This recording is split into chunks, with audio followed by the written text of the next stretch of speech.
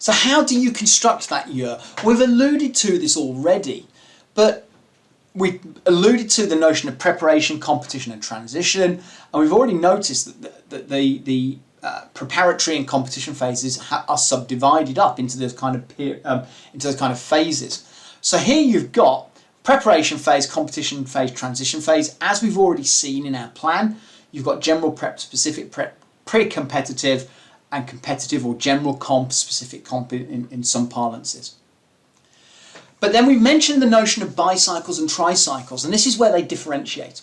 So if you remember in a monocycle plan, which we have here, you go prep, competition, transition, which is general prep, specific prep, pre-competition, competition, transition. And then we would go back for the next macro cycle back into the preparation phase. When though we have a bicycle, you'll notice that the design is slightly different. We go with preparation phase, general prep, specific prep. Then we go into competition. Well, this is all normal, pre-competition. But now we go back into the preparation phase, but we don't do general prep. We only now hit specific preparation. Then we drop back into the second competition period because it's bicycle, pre-competition, competition, and then transition. In a tricycle plan, we have our general and specific prep. Then we go into the first competition block, which is pre-competition, competition.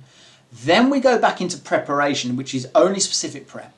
Then our second competition phase, pre-competition, competition. Then we go back into preparation, and then we go into pre-competition, competition.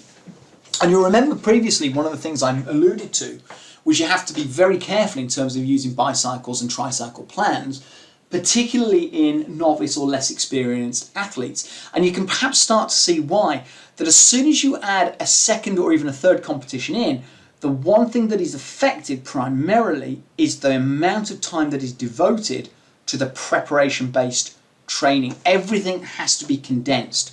So the net result is the overall volume of training that the athlete is exposed to reduces.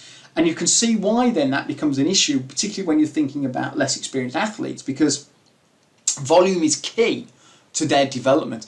It's not the intensity that's key. The intensity drives the adaptation, but actually longevity and overall kind of success is really a function of the volume of training that exposes the athlete.